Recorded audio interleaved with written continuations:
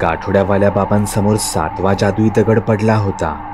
नयने त्याच्या डोळ्यांवरचं कापड बाजूला केलं. रात्रीच्या या वेळेतही त्याला सगळीकडे उजेड दिसत होता. त्याने पाठी वळून पाहिलं. मांत्रिक गुरुजींच्या काठीसोबत तिथे येऊन पोहोचला होता. भेंडी, आता काय? गाठोड्यावाल्या बाबांनी त्यांच्या हातातील काठीने तिथे मातीत एक मोठं वर्तुळ आखलं. त्यांनी तो 7वा दगड त्या वर्तुळावर ठेवला. नयन, आपल्याकडे आता जास्त वेळ नाही.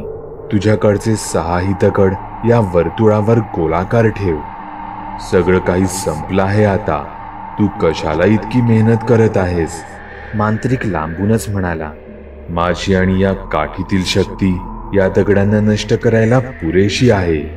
मांत्रिक गुरुजींची काठी जमिनीवर घासत पुढे येत होता. नयने त्याच्या बॅगेतील दगड एक एक करून गाठोड्यावाल्या बाबांच्या दिशेने टाकले. गाठोड्यावाले बाबा ते दगड त्या वर्तुळावर गोलाकार रेषेत लावू लागले. 2, 3, 4, 5, 6. त्यांनी वेळ वाया न घालवता एकूण 6 दगड गोलाकार लावले होते. गाठोड्यावाल्या बाबांनाही त्या दगडांमधील शक्तीची जाणीव होत होती. ते दगड मातीत ठेवत असताना अचानकच त्यांना कोणीतरी त्यांचा हात पकडून थांबवत आहे अशी जाणीव होत होती. चुंबकाचे एकच टोक जेव्हा एकत्र करताना जसा जोर किंवा ताकद लावावी लागते, तशीच ताकद गाठोड्यावाल्या बाबांना ते दगड तिथे ठेवताना वापरावी लागत होती. अखेर त्यांनी शेवटचा जादुई दगड आपल्या हातात घेतला. तो दगड ठेवून तो ते वर्तुळ पूर्ण करणार तोच जंगलातील त्या मुलीने गाठोड्यावाल्या बाबांवर उडी मारली. तिने तिच्या दोन्ही हातांनी त्यांचा गळा आवळला. मांत्रिकाला आता कोणाचीही भीती नव्हती. वाटेतच असलेल्या एका मानवी मूर्तीला त्याने लाथ मारून खाली पाडलं. त्याने त्याचा एक पाय त्या मूर्तीच्या डोक्यावर ठेवून तो एखाद्या राजासारखा ऐटीत उभा राहिला. गाठोड्यावाले बाबा आणि नयन सारख्या सामान्य माणसांवर त्याच्या शक्तीने वार करावे इतकंही तो त्यांना महत्व देत नव्हता. संपवून टाक या दोघांना, मांत्रिक त्या मुलीला उद्देशून बोलला. ती मुलगी गाठोड्यावाल्या बाबांचा गळा जोरात दाबत होती. नयनला काही सुचेना. त्याला तिथे एक मोठा दगड दिसला. त्याला गाठोड्यावाल्या बाबांना कसंही करून वाचवायचंच होतं. त्याने कसलाही मागचा पुढचा विचार न करता तो दगड हातात उचलला आणि तो सरळ त्या मुलीच्या डोक्यात घातला. त्या क्षणी माझ्या शरीरातून एक विजेचा झटकाच निघाला. काही क्षणापुरता मांत्रिकाचा माझ्या शरीरावरचा ताबा नाहीसा झाला होता. मी त्या मूर्तीवरून माझा पाय खाली केला. मांत्रिकासारख्या अतिभयानक शक्तीला माझ्या मनाने काही काळासाठी हरवलं होतं. समोरील दृश्य माझ्या डोळ्यात चटकन पाणी आणून गेलं. त्या मुलीने मी बरा व्हावं यासाठी स्वतः माझ्या बाजूला रात्र जागून काढली होती. मला काही होऊ नये यासाठी तिने तिचा जीव अनेकदा धोक्यात घातला होता. तिला असं रक्तबंबाळ होताना पाहून मला मात्र फार त्रास होत होता. माझी नकळत गुरुजींच्या काठीवरची पकड घट्ट झाली. मैत्री, प्रवास, चांगलं वाईट मी सगळं विसरून गेलो होतो. माझ्या मनाला झालेल्या वेदना गुरुजींच्या काठीतून बाहेर पडल्या. एक जोरदार विस्फोट झाला. मी माझ्याच हाताने नयनवर जीव घेणा वार केला होता. नयन काही अंतर दूर जाऊन पडला. तो जबर जखमी झाला होता. त्याचं शरीर रक्तबंबाळ झालं होतं. अनेक ठिकाणी ते भाजून निघालं होतं. तिथे माझ्या मनावर पुन्हा एकदा मांत्रिकाने ताबा मिळवला होता. पुरे झाला हा खेळ. हा खेळ आता इथेच संपवूया, मांत्रिक जरा रागातच म्हणाला. मांत्रिक गुरुजींची काठी घेऊन 2 पावलं पुढे आला. तेवढ्यात अचानक गाठोड्यावाले बाबा त्यांच्या पायांवर उभे राहिले. त्यांच्या पाठोपाठ आधी ती मुलगी आणि मग नयनही जागेवर उभा राहिला. ते तिघेही मांत्रिकाकडे एकटक नजरेने पाहू लागले. त्यांच्या भोवती धुळीचं वलय निर्माण झालं. त्यांचे डोळे पांढरे झाले आणि ते तिघेही जमिनीपासून 2-3 फूटवर हवेत तरंगू लागले. त्यांना पाहून तर असंच वाटत होतं की त्या तिघांमध्येही मांत्रिक शिरला असेल.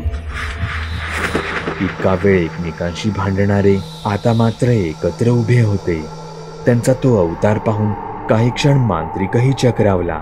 पण ही सगळी त्या सुकेशनीची काळी शक्ती होती. मांत्रिकाने रागाने तिघांवरही त्याच्या हातातील काठीने आगीचे गोळे डागले. ते गोळे त्या तिघांच्याही शरीरातून आरपार गेले, कारण मांत्रिकासमोर तयार झालेला हा केवळ एक छलावा होता. मांत्रिकाला हे कळून चुकलं होतं. त्याने पाठी वळून पाहिलं तर सुकेशनीच्या हातून काळ्या रंगाचा भयानक शक्तीचा गोळा निघाला. तो थेट मांत्रिकावर जाऊन आदळला. सुकेशनी परत आली होती, पण यावेळी ती भयंकर शक्तिशाली बनून परतली होती. तिने त्या शेकडो भूतांची शक्ती गिळंकृत केली होती. सुकेशनीच्या हल्ल्यात मांत्रिकाकडची काठी काही अंतर दूर जाऊन पडली. गाठोड्यावाले बाबा, ती जंगलातील मुलगी आणि नयन हे तिघेही जखमी अवस्थेत होते. त्यामुळे आता मांत्रिक आणि सुकेशनीच्या मध्ये कोणीही येणं शक्य नव्हतं. मांत्रिक त्याच्या पायावर उभा राहिला. त्याने खाली पडलेल्या त्या काठीकडे पाहिलं. तो त्या काठीच्या दिशेने जाणार तोच सुकेशनीने त्या काठीवर अजून एका जादुई गोळ्याचा वार केला. तिथे एक विस्फोट झाला. तशी ती काठी आणखी काही अंतर लांब जाऊन पडली. त्या जादुई काठीशिवाय मी भूतपिशाच्यांशी कशी लढू शकते हेच तुला पाहायचं होतं ना? मग बघ एकदा माझ्याकडे.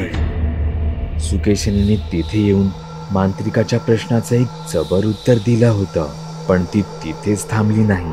ती पुढे म्हणाली, पण आता मला पाहायचं आहे तू या काठीशिवाय माझा सामना कसा करू शकतोस ते. सुकेशनीने मांत्रिकाच्या दुखत्या नसेवर पाय ठेवला होता. त्यामुळे आता काहीही झालं तरी मांत्रिक त्या काठीला हात लावणार नव्हता. सुकेशनी आणि मांत्रिक यांमध्ये एक शेवटचं भयंकर युद्ध सुरू झालं. सुकेशनीमध्ये शेकडो भूतांची शक्ती सामावली होती. ती हा खेळ आता कुठे चांगला समजू लागली होती. ती त्या मांत्रिकाला स्वतःवर वरचढ होऊच देत नव्हती. ती भूतांच्या सर्व शक्ती एकावर एक मांत्रिकावर वापरत चालली होती.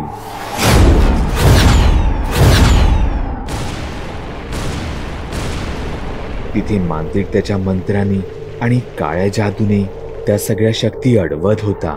काही तर तिच्यावरच उलटवून लावत होता. ही लढाई अस्तित्वाची आणि प्रतिष्ठेची बनत चालली होती. या दोघांनी एकमेकांना दिलेले आव्हान जिंकून याआधी स्वतःची ताकद सिद्ध केली होती. त्यामुळे या शेवटच्या लढाईत कोणीही तितका सहज हार मानणारं नव्हतं. दोघांची ही शक्ती सारखीच तोडीस तोड वाटत होती. गुरुजींची काठीच एक होती जी ज्याच्या परड्यात पडली असती त्याचा हा विजय निश्चित होणार होता. सरळ मार्गाने हे युद्ध जिंकणं दोघांसाठीही केवळ अशक्यच होतं आणि सुकेशनीने हे ओळखलं देखील होतं. सुकेशनी काही करणार तोच मांत्रिकाने त्याची स्मशान साधना सुरू केली. जोरजोरात मंत्र बोलून तो सर्व भूतपिशाच्यांना त्याच्या बाजूने बोलावू लागला. सुकेशनीच्या शरीरातील आत्मे हळूहळू मुक्त होऊ लागले. इतका वेळ समसमान चाललेला हा मृत्यूचा खेळ अचानकच मांत्रिकाच्या बाजूने वळला. सुकेशनीला मांत्रिकाचे ते मंत्र सहन होत नव्हते. तिच्या शरीरातून एक एक आत्मे बाहेर पडून ती कमजोर बनू लागली होती. आता सुकेशनीचं वाचणं कठीण होतं. जे गुरुजींना जमलं नव्हतं ते मांत्रिक करत होता. सुकेशनी तिच्या गुडघ्यांवर बसली.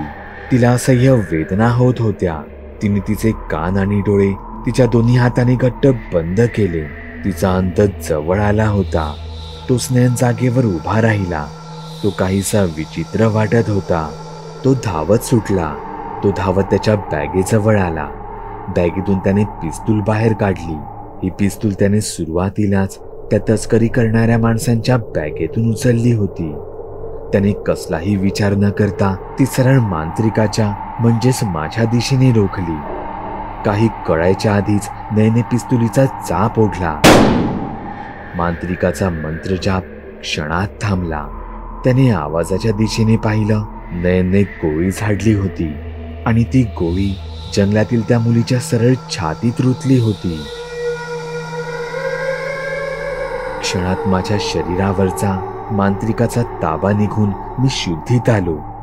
माझं मन त्या मुलीची अवस्था पाहून रडू लागलं. मला वाचवण्यासाठी तिने ती गोळी स्वतःवर घेतली होती. तेवढ्यातच माझ्या पाठीवर कोणीतरी सिलेंडर फेकून मारावा अशा वेदनेने मी समोर गाठोड्यावाल्या बाबांनी काढलेल्या वर्तुळात पडलो. सुकेशनीने डाव साधला होता. आधी नयनवर मोहिनी जाळं टाकून तिने त्याला तिच्या वशमध्ये केलं होतं आणि आता पाठून माझ्यावर वार करून मला त्या रिंगणात आणलं होतं. तो 7वा दगड तुम्ही आखलेल्या वर्तुळावर ठेवा. सुकेशनी गाठोड्यावाल्या बाबांकडे पाहत जोरात ओरडली. कोण खरं, कोण खोटं, कोण चांगलं आणि कोण वाईट, गाठोड्यावाल्या बाबांना त्या क्षणी काहीच माहीत नव्हतं. त्यांना फक्त मांत्रिकावर कसंही करून मात करायची होती. मांत्रिक फार पूर्वीपासूनच त्या सर्वांचा शत्रू होता, त्यांना इतकंच माहीत होतं. गाठोड्यावाल्या बाबांनी 7वा दगड त्याच्या जागी ठेवला आणि त्यामुळे मांत्रिक चांगल्याच एका पिंजऱ्यात सापडला. सुकेशनीचा पुन्हा एकदा विजय झाला होता. पिंजऱ्यात अडकलेल्या मांत्रिकाची शक्ती घेणे आता सुकेशनीसाठी फारच सोपं बनलं होतं. तिने तिचे दोन्ही हात वर हवेत उंचावले. सुकेशनी काही करणार तोच त्या जंगलातून एक मोठा आवाज झाला. तो आवाज गुरुजींच्या काठीचा होता. कोणीतरी जंगलातून ती काठी आपटत पुढे येत होतं. काठीच्या प्रत्येक प्रहारामुळे काठीवरचा दगड मोठा, अजून मोठा उजळू लागला. काही कळायच्या आतच झाडीतून एक विजेचा गोळा निघाला आणि तो सरळ सुकेशनीवर जाऊन धडकला. सुकेशनी या धक्क्याने काही अंतर दूर उडवली गेली. तिथे नयन शुद्धीत आला आणि तो तसाच खाली कोसळला. सुकेशनी आश्चर्याने त्या झाडीत पाहू लागली.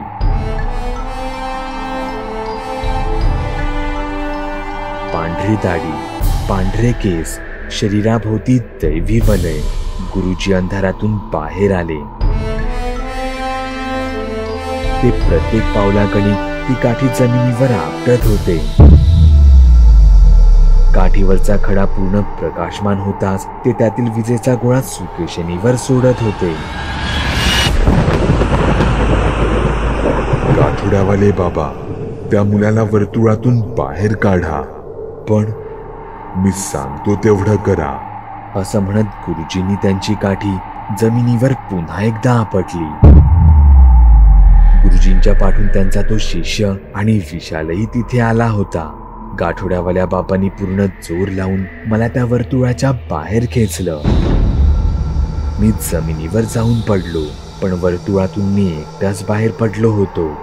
मांत्रिक अजूनही तिथेच अडकला होता. तिथे सुकेशनीने तिचे हात वर हवेत उंचावले होते. तिच्यासाठी ही शेवटची संधी होती. सुकेशनीने तिची संपूर्ण ताकद लावली. तशी आकाशातून वीज कडाडली. तिने ती तिच्या हातातून समोर गुरुजींवर फेकली. गुरुजींनी ऐनवेळी त्यांच्या हातातील काठी पुढे केली. ती वीज काठीवर आपटून बाजूला असलेल्या गुरुजींच्या शिशात घुसली.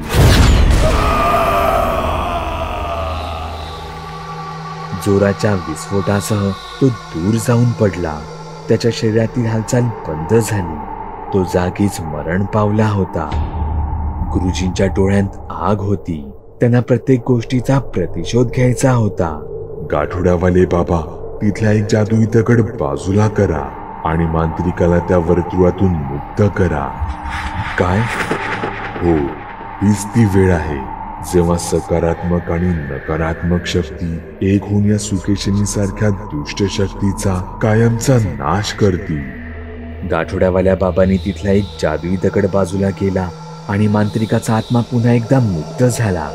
त्याला आता एका शरीराची गरज होती, असं भक्कम शरीर जे मांत्रिकाला शेवटपर्यंत साथ देईल. गुरुजींच्या सर्वात शक्तिशाली अशा शिष्याचं मृत शरीर, यापेक्षा मांत्रिकाला दुसरं चांगलं काय मिळणार होतं?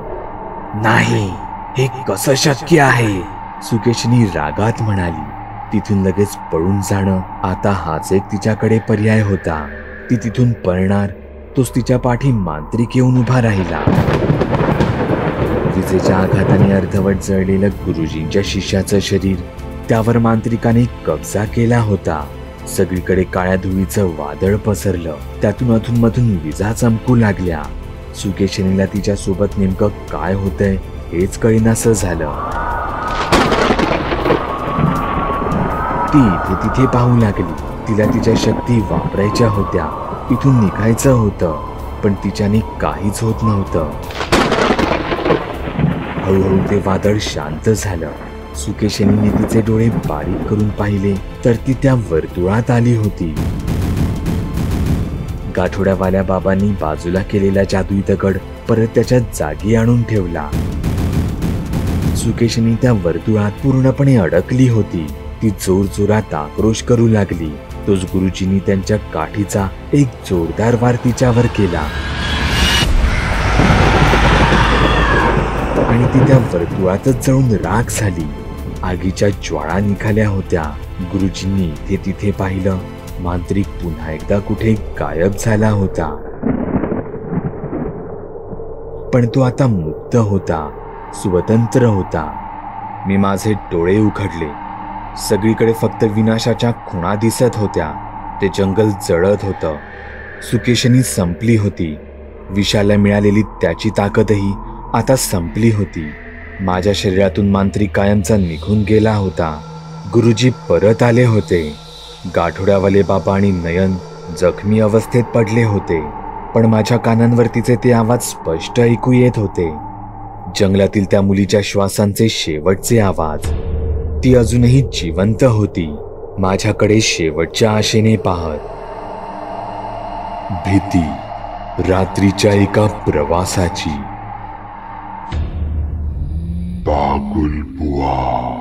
चॅनलवर अपलोड केलेल्या नवीन व्हिडिओची नोटिफिकेशन मिळवण्यासाठी चॅनल सबस्क्राईब करायला विसरू नका. व्हिडिओ आवडला तर आमच्या मेहनतीचा मोबदला म्हणून तो लाईक करून मित्रांसोबत जरूर शेअर करा. चॅनलवरचे इतर व्हिडिओ पाहण्यासाठी इथे क्लिक करा. तसेच चॅनलवरची प्लेलिस्टही चेक करा. दर दिवशी नवनवीन भूतांचे व्हिडिओ बनवून मी तुमचं मनोरंजन करत राहू याची खात्री बाळगा.